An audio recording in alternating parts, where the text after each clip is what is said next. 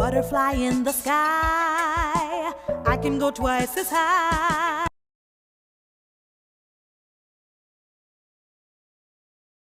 I want some of your brown sugar. I want some of your brown sugar. Hello beautiful people, welcome back to my channel. This is Brownsugar commentating. I'm your girl, Kayla. If you're new here, make sure to subscribe for more videos about black entertainment, black womanhood, and whatever the heck else I feel like talking about this week. Alright, let's get right into it. So, talking about Lil Dark was certainly not on my personal 2022 bingo card, but stranger things have happened. Okay, recently Lil Dark went viral on the Big Blue app because he was on some type of interview podcast situation. It was a room full of dudes and he was talking, and somebody asked him the question, what attracted him to his current fiance, India Royale? And basically he said the biggest thing that attracted him to her was the fact that she had a very low body count. Me, I ain't gonna lie, I'm petty as hell. Like, if you fucked a lot of niggas, all that, I ain't gonna wife you. That's me. That's me too. I wake up in the middle of the night, get mad over shit 4 years ago. Like, Yeah. that's just That's me. me too, nigga. Yeah, but it's like, everything about it, like, being real, not cheating, she ain't been passed around, and it was like, a body count, that's what really did it. Okay. This why my favorite youngin. No, you see, that's why my motherfucking favorite fucking young. And that she was not ran through. And everybody, you know, she wasn't messing around with industry dudes, or she was an industry girl, something along those lines. And what I found interesting was that the men that was in his presence, or the men that were in the room, were very like positively receptive to what he was saying. One of the dudes even shouted out, "Oh, that's why you're like my favorite nigga," and they were like, "Yes, I agree, I'm the same way." And so of course the clip went viral and everyone got to talking, and it definitely confirmed a lot of things for me, but it was two very polarizing opinions. And you know, where some people were saying, yes, he's right, nobody wants the girl that everybody has, I don't like girls like that, that's why y'all hoes are mad, and you will never get a Lil Dark because y'all are ran through, blah blah blah blah blah. And then there was the other side that was like, but Lil Dark, you have 7 children with 5 different women. What are you talking about body count and ran through, babes? What's really going on? And so this whole conversation definitely just got my wheels turning, because it was something that I wanted to talk about for a very long time in terms of men's fixation, or I should say misogynistic men's fixation on women's body count. And for those that don't know, body count basically just means the amount of sexual partners you had, if that's not obvious, not to be confused with the amount of people you killed. That's a whole different type of body count, and we're not talking about that over here, okay? But yeah, so I wanted to talk about men's fixation with women's sexuality, sex life, and sexual partners, and essentially just talk about the Madonna-Whore Complex, aka what I personally like to call it for modern terms, the Ayesha Curry, Cardi B complex.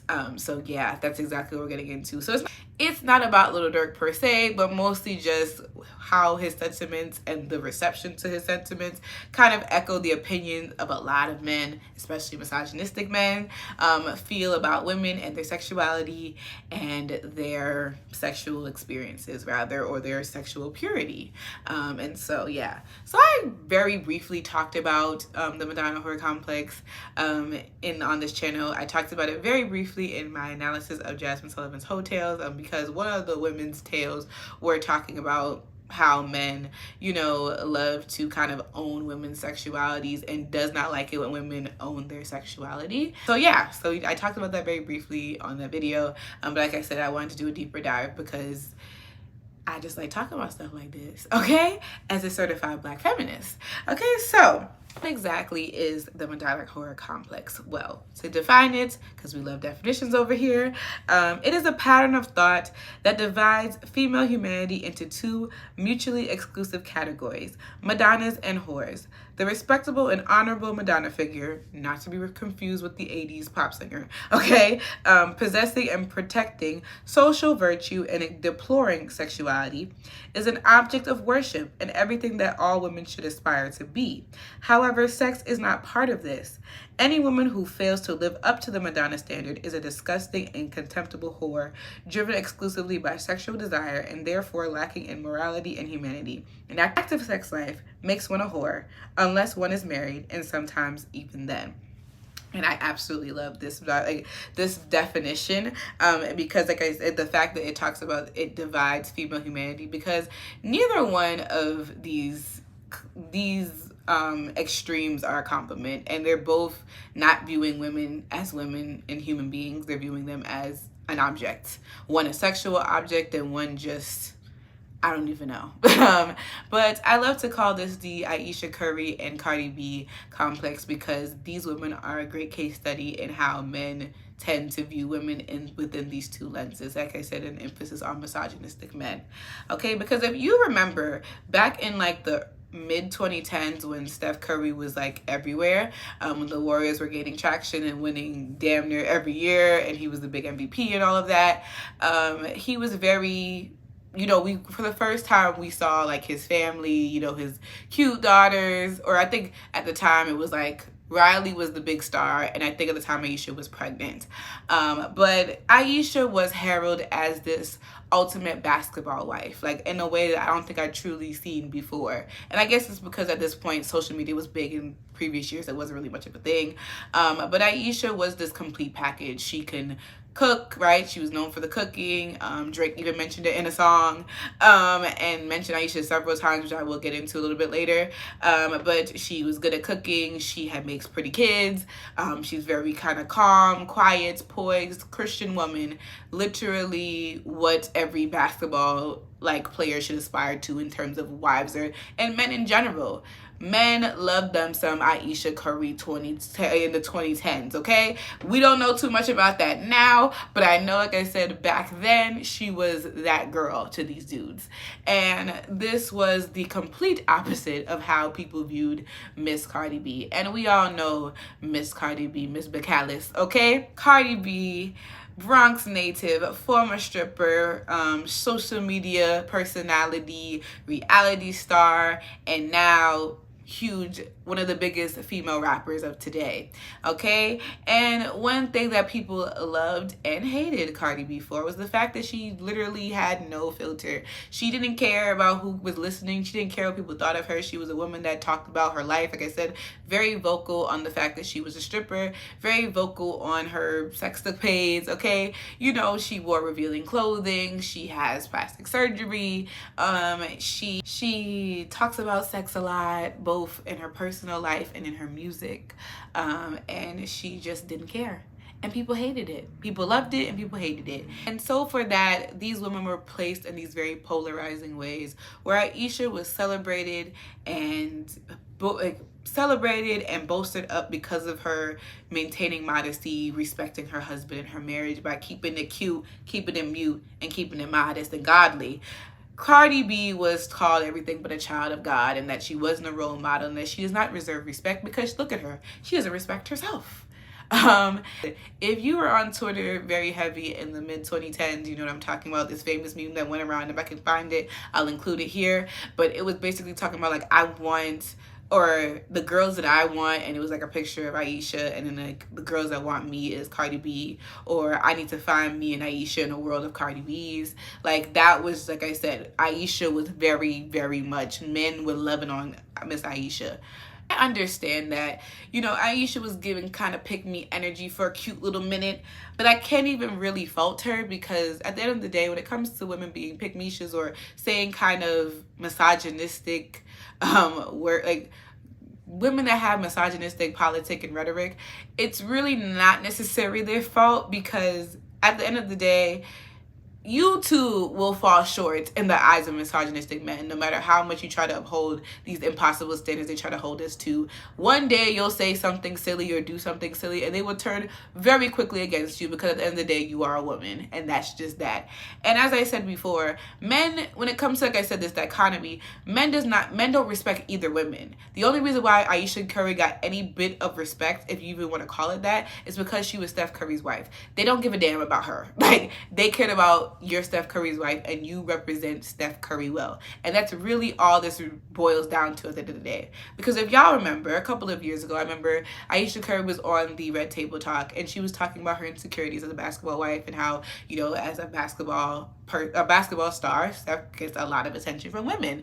And that can make you feel a little bit insecure, especially because she was not getting any attention from men. Men were not sliding in the DMs. Men were not catcalling her, not even at the freaking gas station. No guy was paying her no mind. And she felt a bit insecure about that. And while it could have just been a simple venting session, and of course Jada validated her feelings as a person who was married to a public figure as well, people crucified this woman for it on social media. Like, people were upset, especially men. The biggest critique that Ayesha got from this whole situation was the fact that she was not representing her husband well and she was being disrespectful. And it was just like, y'all are unserious. Y'all are truly unserious. But the thing was, that is why I say, when you're a pick-me or when you have internalized misogynistic ideals, you too will fall short one day, and that day happened for Miss Ayesha. And since then, she's been pretty quiet in the media, except I feel like now she's a little bit more sexual in terms of a little bit more provocative with the clothes that she wears and whatever. But at the end of the day, men still have that very puristic view of Ayesha. Drake's newest album, he mentions Ayesha Curry in the song Race My Mind, where he says that she wants me to wife it, she wasn't Ayesha enough. And I'm assuming that's the Ayesha he's talking about. And the thing is, and what makes that statement even funny, or that lyric funny, is because, but you're not even Steph enough, Drake. Like Aubrey, let's be real with ourselves. And I love me some Aubrey Graham down. If you know me, you know I love me some Aubrey Graham down. But at the end of the day, he is not Steph Curry in the sense that he had a child out of wedlock, and he with a woman that he was barely with, and she was technically not an Ayesha type, because she was a porn star, if I'm not mistaken. And yeah, so Steph Curry didn't have a child with a porn star. Steph Curry didn't have a little one-night stand that turned into a lifetime commitment. And that's not to shade his baby mother or to shame the fact that he had a child of wedlock, but I'm saying according to his own standards, he can't even uphold them, because look at how you living. And it's said to even echo or circle back to even Lil Dark. Lil Dark, as I said before, wants a woman that doesn't have that has not been ran through or have not been with a lot of men or have a low body count, but you literally had children with 5 different women. That is wild. And that's only the women you had children with. Not to mention women that you just casually slept with or had one night stand with or whatever the case may be. And the thing is, it's interesting how even if, you know, you can say you were sleeping around, you didn't have kids, you literally, like I said, had unprotected sex with multiple women that you ended up procreating with.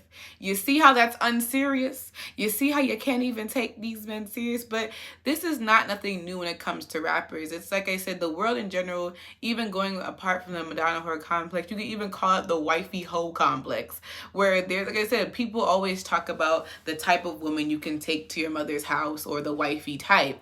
You know what I'm saying? That's the woman that's put together. She's the woman that you want to get your life together for and eventually settle down and marry one day, where a hoe is just that, a hoe. She's here for a good time, not a long time. All right, she's disposable. You've seen one, you've seen them all. She does not deserve respect, because why? She doesn't respect herself.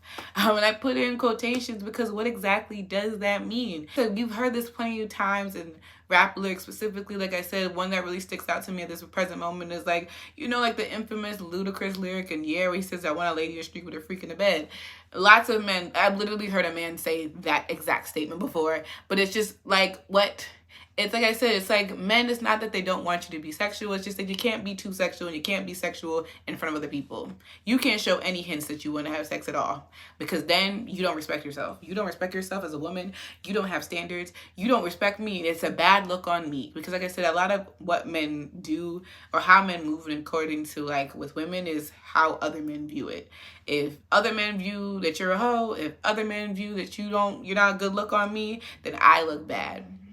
You're making me look bad. It's not giving, okay? Because as I said, a lot of men do not view women like human beings. They view them as sexual objects.